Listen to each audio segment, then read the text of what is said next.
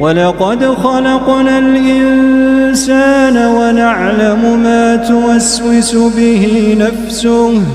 ونحن أقرب إليه من حبل الوريد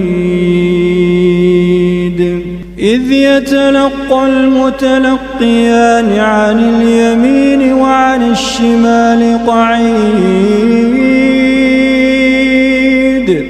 ما يلفظ من قول إلا لديه رقيب عتيد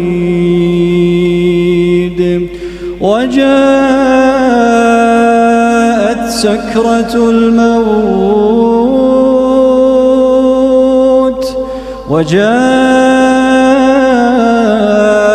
سكرة الموت بالحق ذلك ما كنت منه تحيد